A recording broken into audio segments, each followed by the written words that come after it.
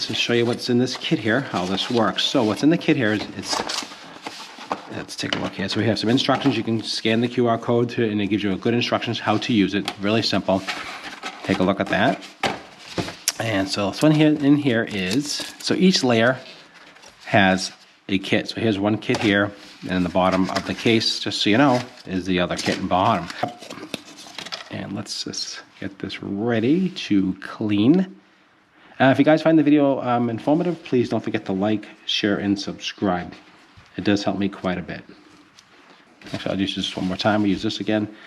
Get that all dried up. You can see, and you can do it I think you can do it either way. But you know, you can see the glass is super clean at this point. Got like that.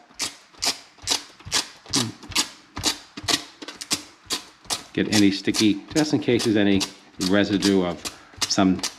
Either a little particle or dust particles, that's what this is for. And side down, and snap it in. Okay, and we're just gonna pull this down. And you're gonna see it's actually just pulling it away, just like you see there. Super easy, that comes right off. And then take your finger and just press down in the middle.